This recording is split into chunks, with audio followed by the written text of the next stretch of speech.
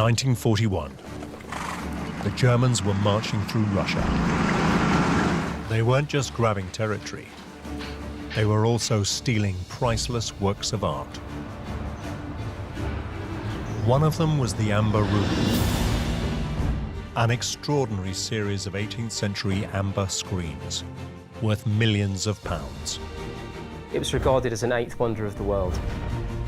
This fabulous artifact was taken to the German city of Konigsberg. But 4 years later, when the Allies retook the city in 1945, the Amber Room had mysteriously disappeared. Was it destroyed in the fighting? Or had it been hidden? It was the beginning of a treasure hunt that would draw in some of the most powerful secret police forces in Eastern Europe. There would be searches, official and unofficial, sponsored by East Germany, by the Stasi, by the KGB. There would be false starts, missing records, and fabricated stories. Stasi spent more and more money and more time because they wanted the glory. It would become one of the great treasure hunts of the 20th century. A hunt that continues today. We are very close of finding the Amber Room, but we just need help.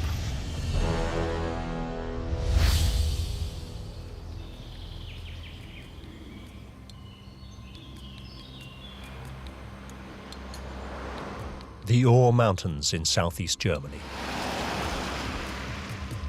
An area of wooded hillsides and disused mines.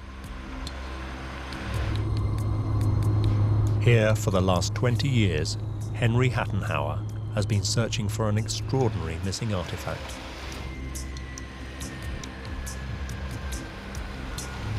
It's a looted Russian treasure that disappeared at the end of World War II, never to be seen again. Hattenhauer is convinced it's hidden in one of the region's derelict slate mines. We went to practically every mine in this county, no matter how old it was. I estimate that we have explored about 150 mines, more or less. Hattenhauer has kept a meticulous record of the search. It's so secretive, members of the team don't want to be identified. We even have our own surveyor team, if you're going to call it like that, drawing maps, measuring tunnels, measuring holes, everything. For his small group of treasure hunters, it's been painstaking and risky work.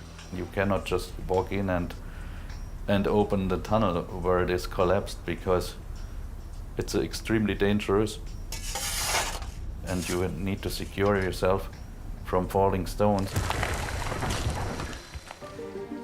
Yet after years of disappointment, Hattenhauer believes he has finally traced the missing treasure to one particular mine.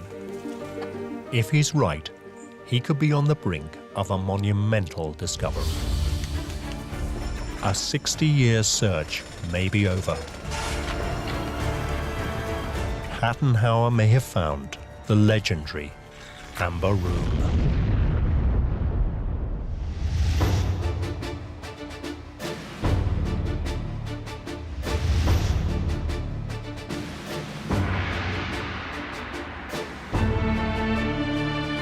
It was one of the most extraordinary artifacts ever created.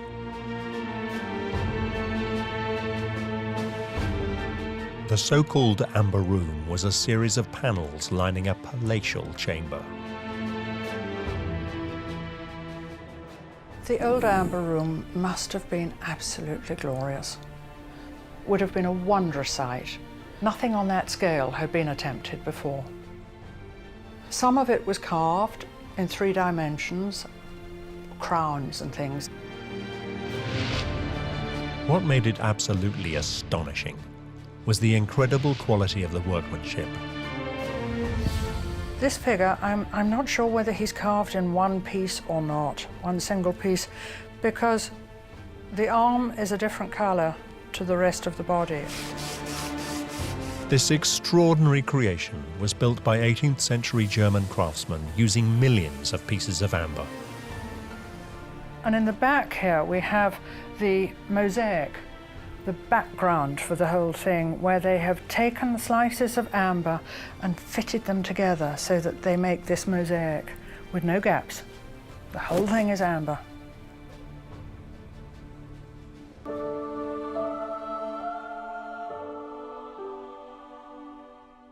Amber is a semi-precious substance only found in a few parts of the world.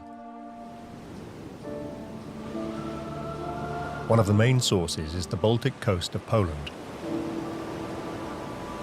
It's formed from the resin of prehistoric trees that grew in the region 60 million years ago. During the early 1700s, the amber room became a symbol of German craftsmanship at its most magnificent. It was regarded as an eighth wonder of the world. And I think the reason for that is that no one had conceived of the idea of using amber architecturally. I mean, the sheer audacity of taking something which we normally associate with ornamental jewellery and using it architecturally to effectively coat or laminate an entire room was foolish, incredible, folly.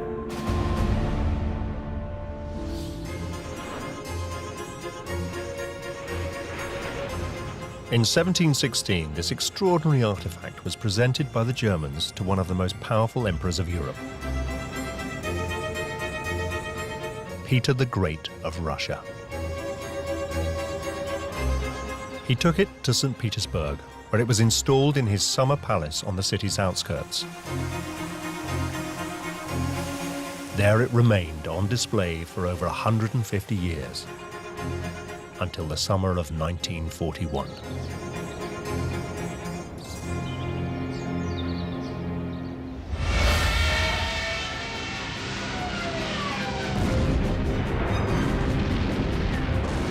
In June that year, Hitler invaded Russia.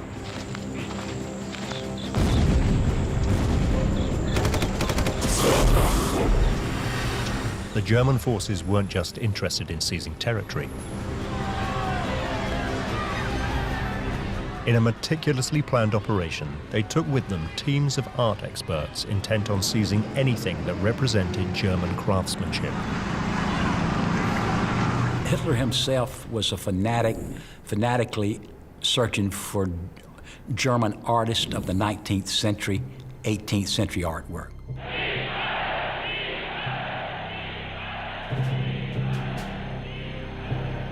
The Germans had a plan. This plan goes back many years prior to the invasion, when curators and cultural bureaucrats were sent out with travel guides, and they collated enormous lists of the treasures which would matter the most to the Third Reich.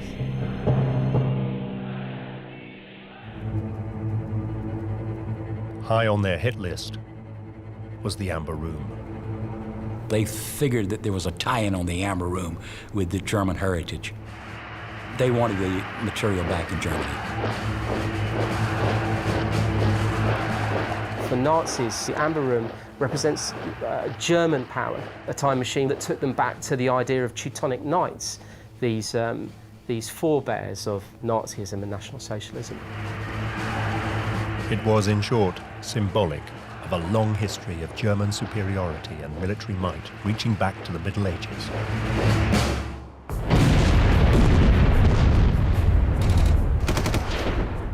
As the Germans now swept through Russia, Soviet curators found themselves in a race against time.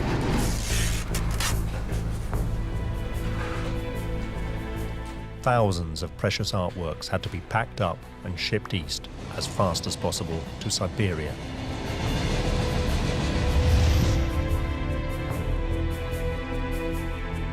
But when they came to the Amber Room, they hit a problem. It seemed just too fragile to move. When the curators attempted to remove the amber from the backing boards, they discovered it had become completely brittle. It might have been possible to take it down without doing any damage, but it was a big risk.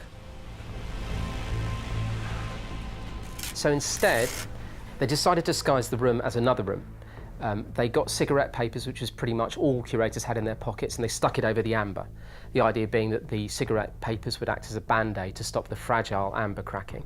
On top of the cigarette papers, they put cotton wool, which actually they pulled from cushions. On top of that, they then put sheeting and then wallpaper. It was the best they could do.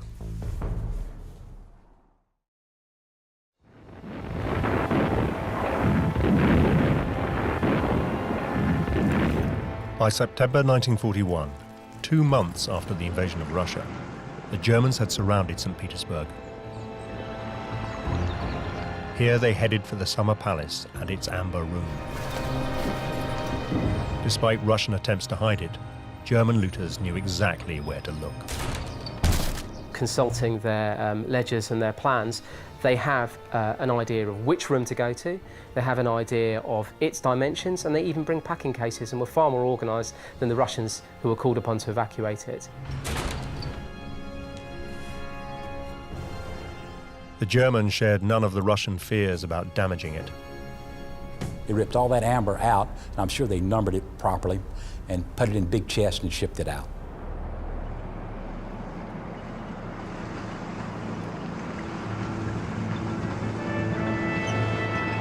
Within days, the Amber Room was on its way from St. Petersburg to the German city of Konigsberg, known today as Kaliningrad.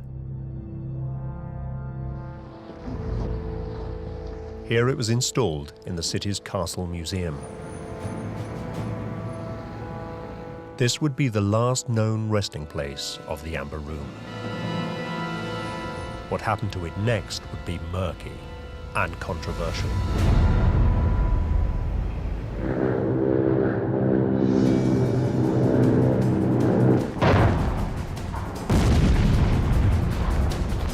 By the winter of 1944-1945, the Germans were in retreat.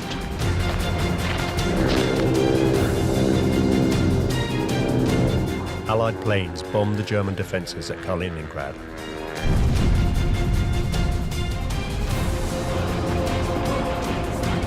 The Red Army swept west. By April 1945, they'd retaken the city. By the time the Red Army arrived, the city is on fire. Its people are cowed and living in terror. And every Red Army soldier who arrived at this locus for Nazism wanted to destroy a bit of it.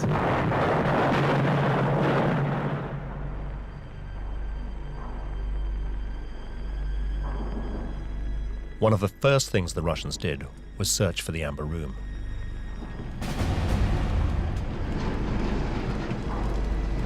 But as they scoured the city, it was nowhere to be found.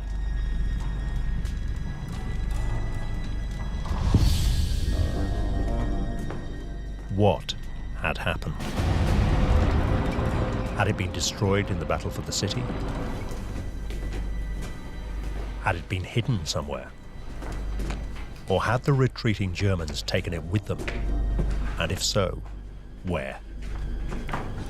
The mystery of the Amber Room had begun.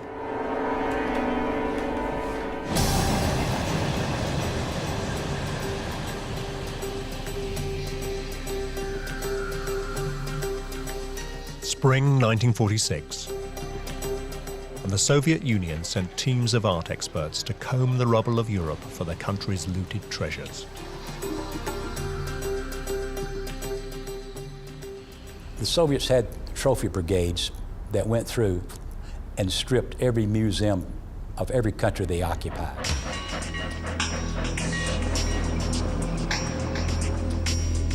One place they headed for was Kaliningrad, the last known resting place of the Amber Room. The mission was led by one of the country's leading art experts. Anatoly Kuchumov had been the chief curator of the Amber Room in the years before the war. In Kaliningrad, he soon found a highly significant clue. The Amber Room had contained 4 small stone mosaics. Sifting among the debris of the castle, he found fragments from 3 of them.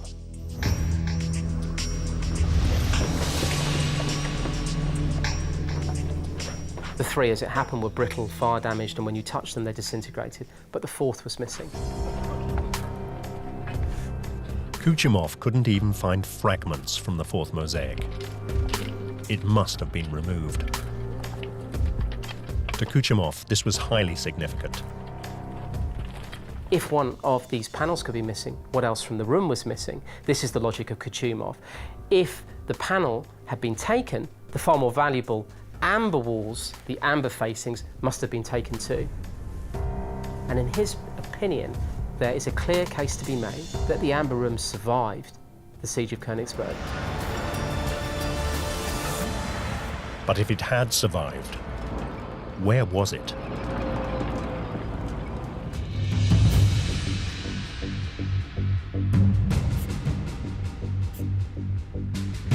Kuchumov's inquiries took him back to the closing days of the war. Reports suggested that as Allied bombs fell, the amber room was hidden below ground. Was this where he needed to look? Kuchumov manages to get some digging equipment and a team of volunteers, and they begin their own excavation.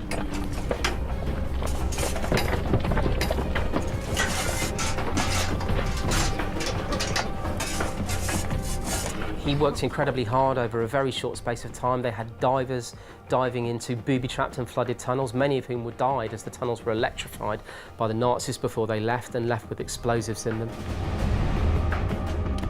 The Russians even blasted their way through collapsed tunnels.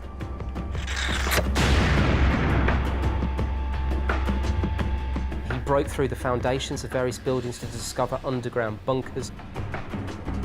He drained flooded cellars. He broke into stores in various castles that ringed the city.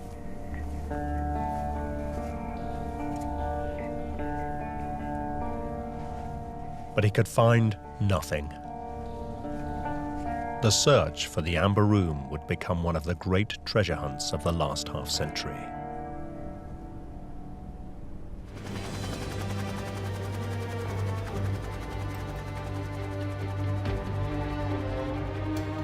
One of the first countries to join the hunt was the newly formed Republic of East Germany, the GDR.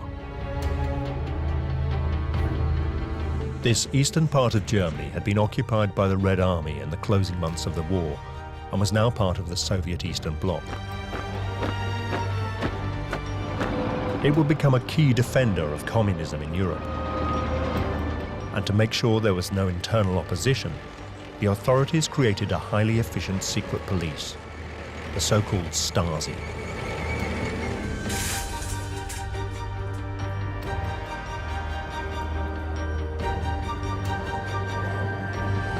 The Stasi were housed in a large office block in Berlin.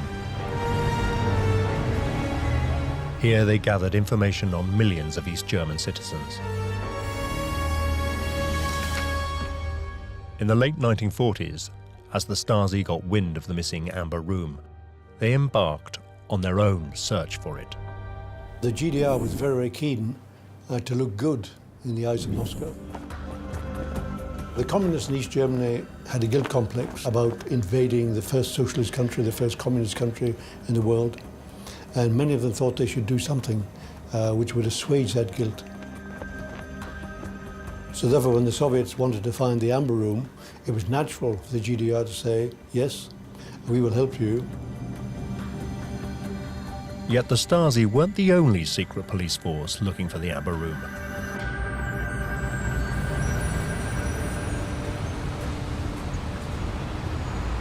In Moscow, the Russians turned for help to the KGB, based at the infamous Lubyanka.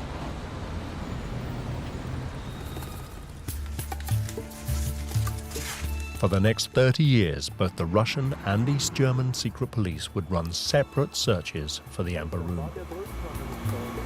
There's two secret investigations running in parallel, one being driven by the KGB and one being driven in East Germany by its fraternal compatriots of the Stasi. But the search was neither very fraternal nor cooperative. If the KGB thought that it was on the track of the Amber Room, it would not reveal that to the Stasi because They wanted the glory. And of course, the Stasi, they wanted to be the first to discover where the Amber Room was, because they wanted the glory. So therefore, you had this slightly strained relationship. The KGB would concentrate its search at the last known home of the Amber Room, Kaliningrad, the former German city of Konigsberg. Meanwhile, the Germans began their search closer to home.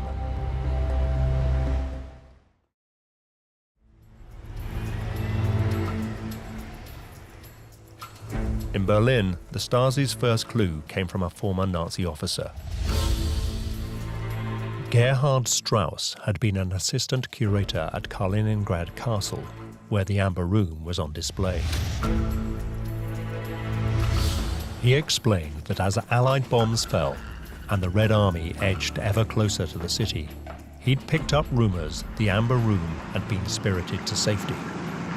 Strauss had got hold of various papers and talked to the curator of the Amber Room, and in his mind there had been several key locations for where the Amber Room may be, one of which was Görlitz. Görlitz is a small German town which sits astride the German-Polish border.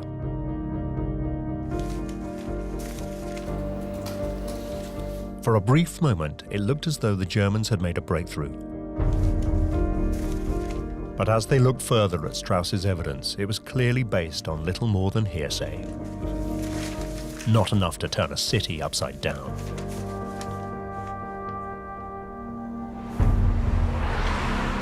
What they needed was something much firmer. But with no more clues to go on, it was time to try something new.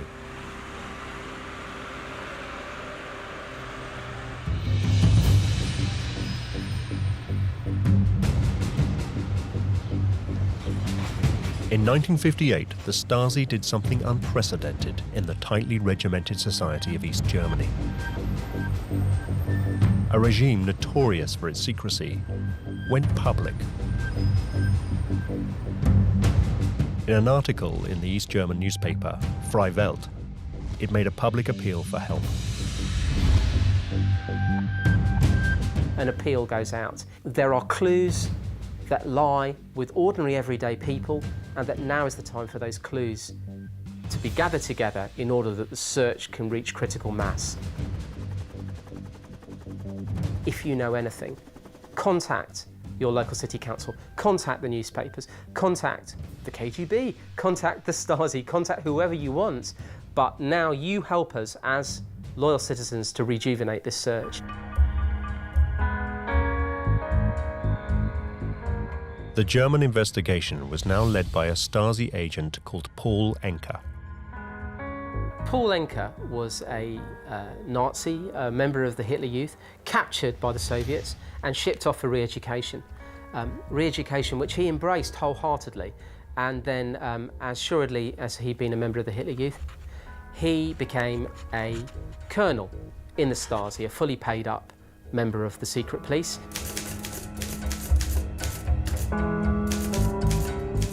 Within weeks of the article appearing, Enke received a letter. It came from a man with a remarkable story to tell.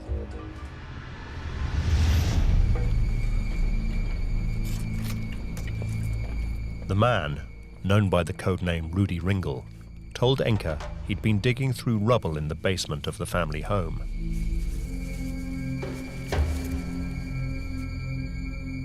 Here, he'd found his dead father's identity papers, together with a package of documents.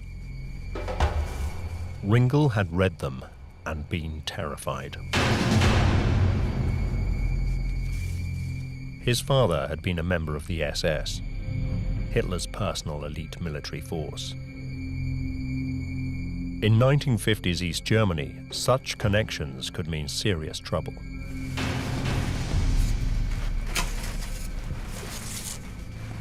The young Ringel had burnt the documents and tried to forget the whole incident. Now, 10 years later, the article in Freie Welt had reawoken the memory. Ringel told Enke the now destroyed documents had included a receipt confirming the handing over of 42 crates and an order to take them to a secret location. Most importantly, he remembered the transcript of a radio message. Action amber room concluded. Storage in the SCH. Access blown up. Casualties through enemy action.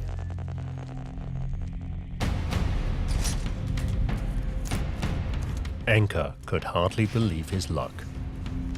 Here was the first positive confirmation that somebody had ordered the evacuation of the Amber Room, and that the job had been completed.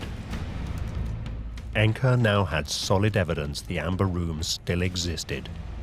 It had to be possible to find it.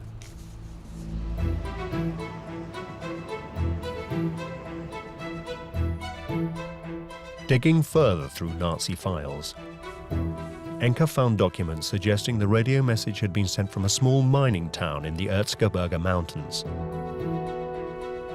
The town was called Lengfeld. There were now 3 potential hiding places for the Amber Room. The Russians still believed it was hidden somewhere in Kaliningrad. German investigations had initially identified somewhere near the Polish border town of Görlitz.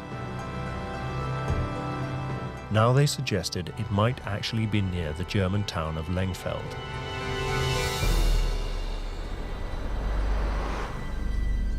But Lengfeld is surrounded by hills and valleys. There were hundreds of potential hiding places. The evidence was much too vague. Enke needed something more concrete. Then, in the 1960s, there appeared to be another breakthrough.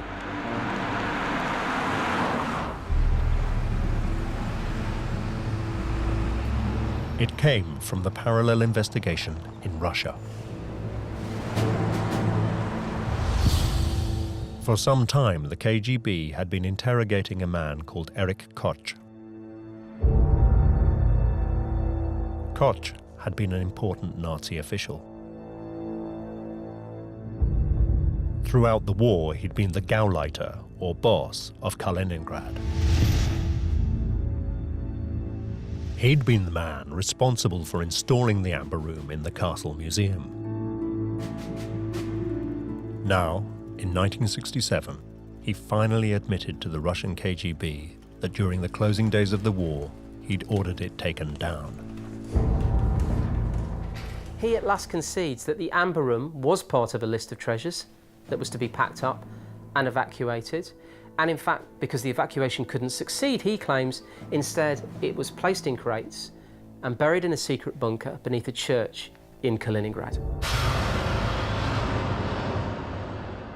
Here was new, hard evidence to back up the Russian curator Anatoly Kuchemov's theory that the Amber Room was not in the German Erzgebirge. It was still in Kaliningrad.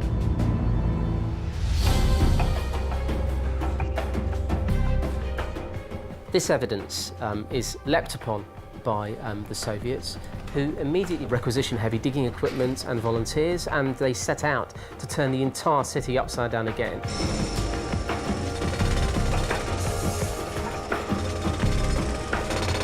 Once again, the Russians scoured Kaliningrad. But once again, they found nothing. If the Amber Room really was in the city, its hiding place remained a mystery.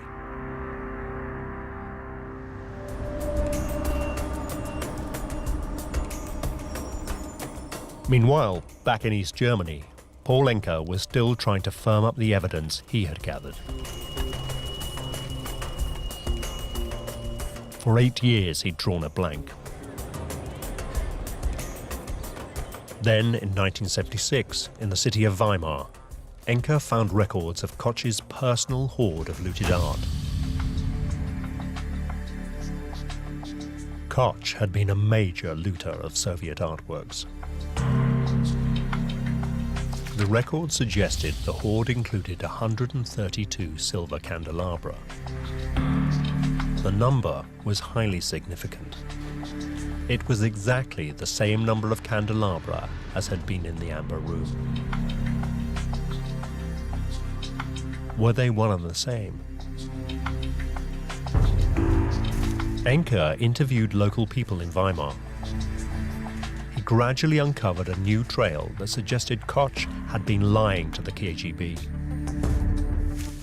One of the compelling stories that he reports on is an ambulance in which crates were loaded and that certain unknown but mysterious and incredibly valuable treasures under the auspices of the Red Cross, i.e. a neutral vehicle, a vehicle that wouldn't be attacked either by air or on the ground, fled Weimar carrying these treasures. The record showed they had taken the treasure south to the Erzgebirge Mountains.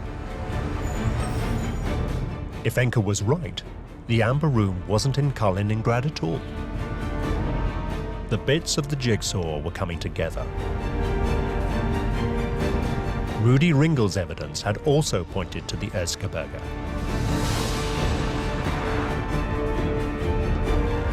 Enke was now convinced he finally knew just where to look for the Amber Room.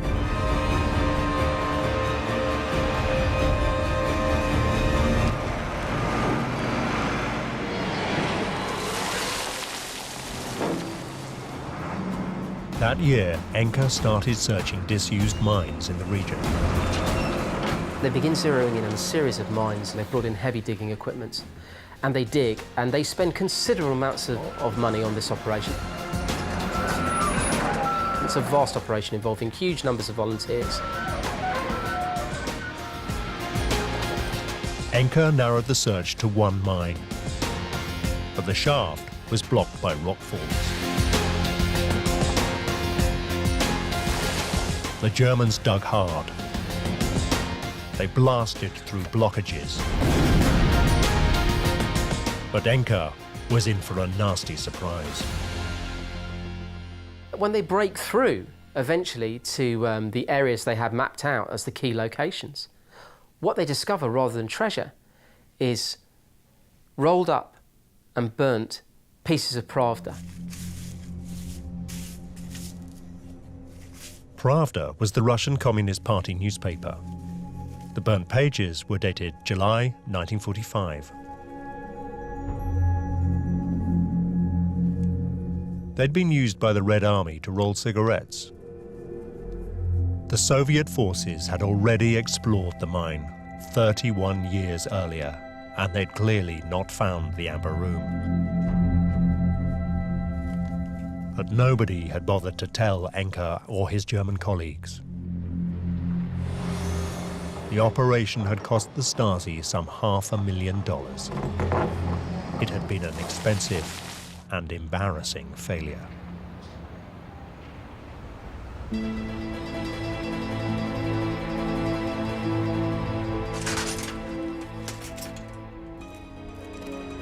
Back at headquarters, Enke's bosses ordered an investigation into what had gone wrong.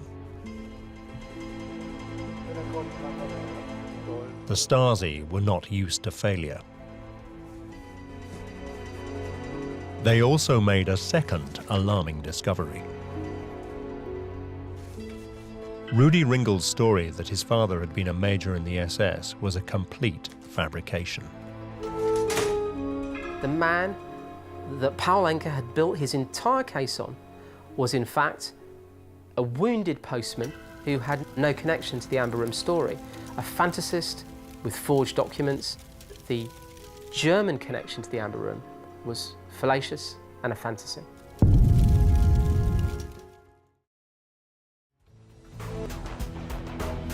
Yet incredibly, despite even this setback, the Stasi spent the next 10 years continuing to look for the Amber Room. Once the Stasi had started on the operation, they didn't give up. There was no concept of cost effectiveness. It was the objective which was important. And therefore, they would spend more and more money and more time, even though the end result may have been very, very meager, even though the chances of finding the Amber Room were very, very small. That didn't matter. In a communist system, you just kept on looking. In fact, the search would only end when something much bigger changed the entire world.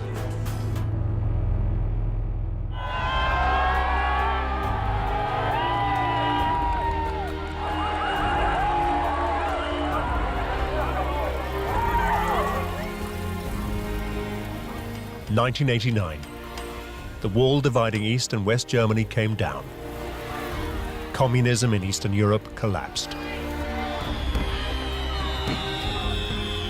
East and West Germany were reunited.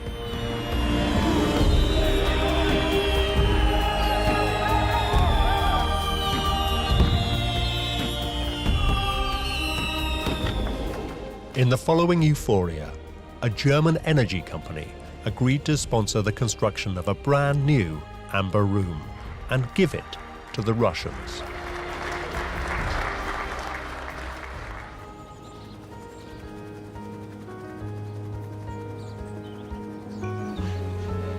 It would be a massive undertaking.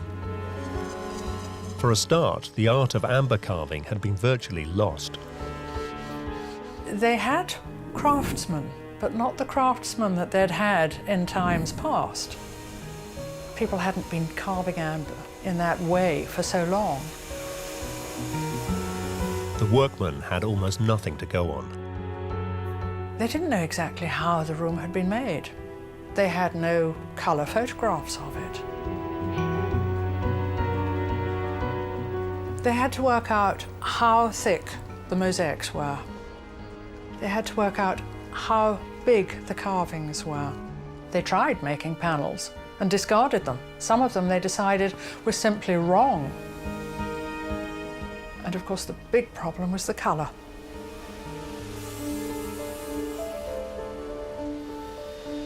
This was a problem nobody had anticipated.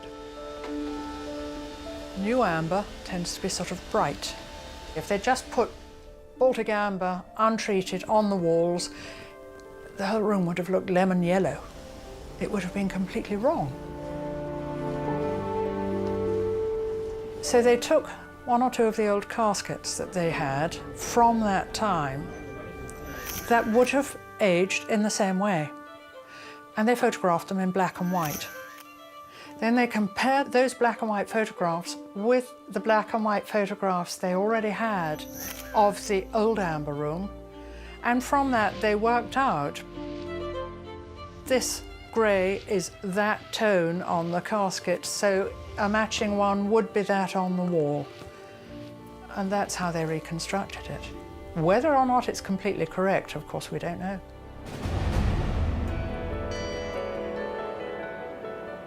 The work took several years. Finally, in 2002, amongst much pomp and circumstance, it was erected at its former home in the Summer Palace outside St. Petersburg.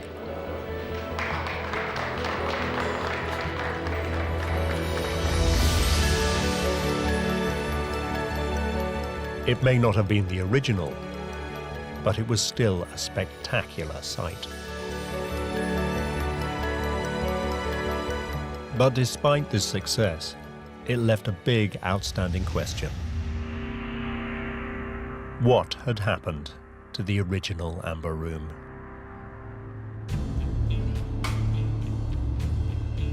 In 2004, Adrian Levy was one of two investigative journalists to publish the results of a 4-year trawl through reports, letters, and documents in Berlin, Moscow, and St. Petersburg.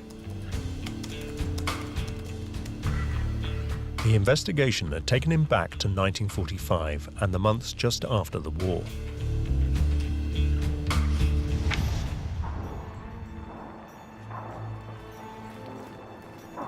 Here, he'd found a new clue. That summer, the Russians had dispatched a high-powered art expert to Konigsberg to look for the amber room. Yet the visit had gone almost unrecorded.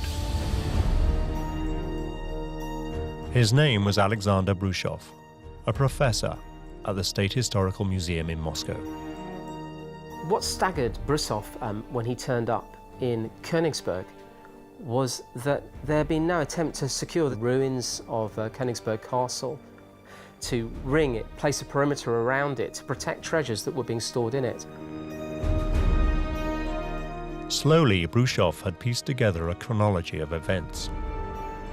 Up until the surrender of Konigsberg, the castle was intact. And yet, between the surrender in mid-April, the occupation by the end of May, when he arrives, the castle was torched. The big question was, had the Amber Room gone up with the castle? And if so, who had been responsible? Brusov reached an uncomfortable conclusion. He noted on his report and in his private diary that the torching was the responsibility of the Red Army, who saw the castle as the epitome of Nazism, of everything that they despised, without thinking of what might be stored in the cellars. One item of which was the most precious treasure of all,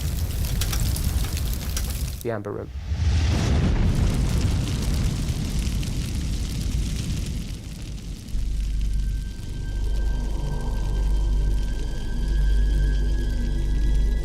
So the Russians themselves had destroyed the Amber Room.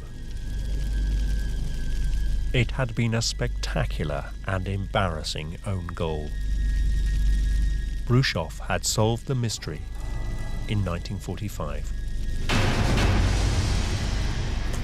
So why had the truth been kept a secret? Why had the Russians claimed it still existed? For Levy, the answer was simple. The thought that the Red Army had carelessly destroyed one of the country's most important artworks was not a notion the Soviet authorities could accept. So instead, they'd fabricated a new truth. The myth that the Amber Room had been saved but hidden was born.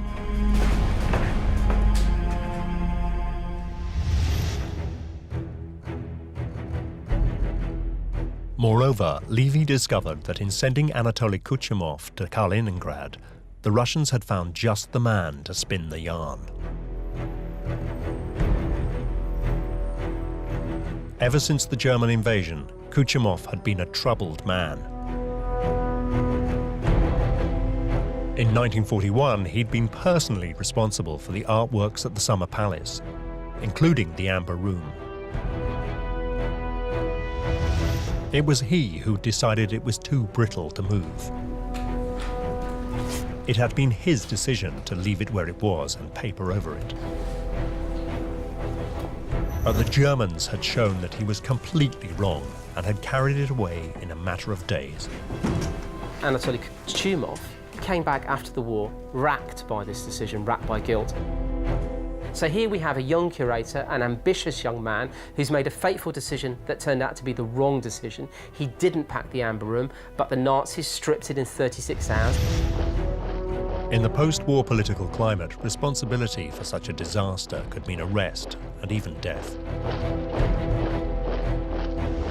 He's come back into a heavily politicised environment at the beginnings of a Cold War, where the KGB dominate and guilt is being apportioned. Other colleagues are disappearing as a result of those decisions. Is the man who is responsible for the vanishing of the Amber Room going to come back saying he found nothing? That's not going to happen. So instead, Kuchumov had come up with a new answer, one more favourable to Russia and himself. It had probably saved his life. Kuchumov's verdict, when he was sent there in 46, was there was enough evidence to suggest the Amber Room survived, which meant that he could also therefore provide the evidence that he himself was not guilty of anything, no crime had been committed. The Amber Room had not been lost.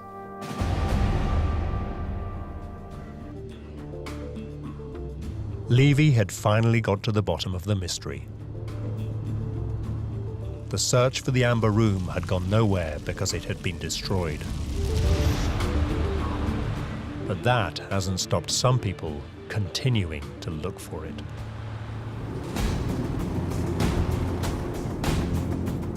In the early 2000s, treasure hunter Helmut Gensel led a search for the Amber Room in the Czech Republic, close to the German border. He claimed to have picked up rumours that heavy lorries had transported the amber room to a disused silver mine as the war was ending. Why, at the last days of the war, all these trucks would come here? There must be a reason. Meanwhile, across the border in Germany, where the mine has a second entrance, the local mayor also began digging. The measuring instruments showed some hollow space and metal objects. We want to check it now by drilling. Neither hunt has ever found anything. But one man is still hopeful. Deep in the Ore Mountains, Henry Hattenhauer is still chasing his dream of discovering the Amber Room.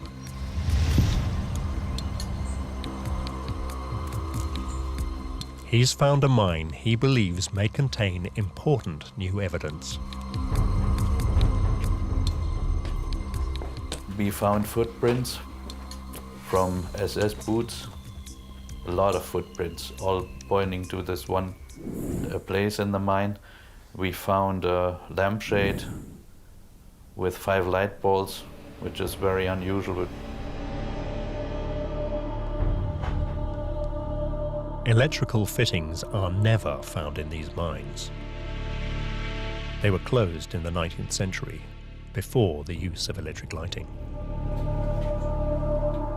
To Hattenhauer, it suggests the mine has been used much more recently. It was definitely not just used as an ordinary mine. Personally, I'm convinced that the Amber Room is here. I'm absolutely convinced. I mean, I know that there are many people claiming to know where the Amber Room is, and people laugh about it. But we really have a lot of interesting hints that make us think that the Amber Room is here. Just beyond the footprints and the mysterious lights, the mine shaft is blocked by a rockfall.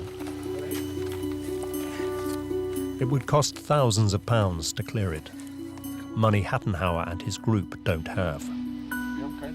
We are very close of finding the Amber Room, but we just need help. We can't do it ourselves. So far, Hattenhauer has failed to find a backer. But he's not giving up hope. Such is the value and mythic status of the Amber Room, it will continue to exert a magnetic pull over treasure hunters. Even though all the evidence suggests it was destroyed more than 60 years ago.